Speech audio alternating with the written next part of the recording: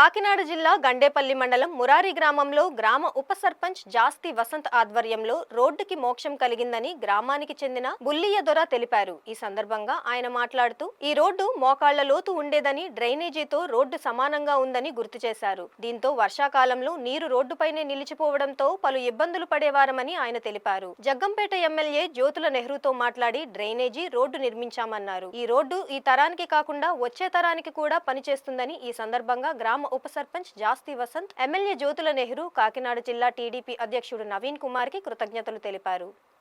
ఈ రోడ్డు చాలా అధ్వానంగా ఉండేదండి.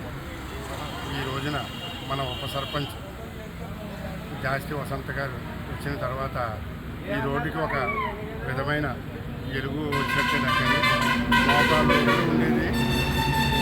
లోతులో ఉండి ప్రతి డ్రైనేజు రోడ్డు ఈక్వల్గానే సమానంగా వరద పోయేదండి. అలాంటిది దీన్ని ఏదో దారి చేయకపోతే పని అవుతున్న ఉద్దేశంగా పెట్టుకుని ఆయన కొత్తగా నెహ్రూ గారితో పోరాడి శాంక్షన్ చేయించి డ్రైనేజు ఏ రకంగా కట్టాలన్నది డ్రైనేజ్ కట్టి రోడ్డు మోకాలు ఎత్తి తక్కువ అంటే కనీసం 4 అడుగుల పైన 5 అడుగుల దగ్గరగా రోడ్డు ఎత్తు పెంచేశారండి. ఎత్తు పెంచి చాలా ఉంది. దీనికి ఈ తరం కాదు, మళ్ళీ వచ్చే తరానికి కూడా మోక్షం పొందినట్టే లెక్కండి. చాలా ఆయనకి ధన్యవాదాలు తెలియజేసుకుంటున్నాం.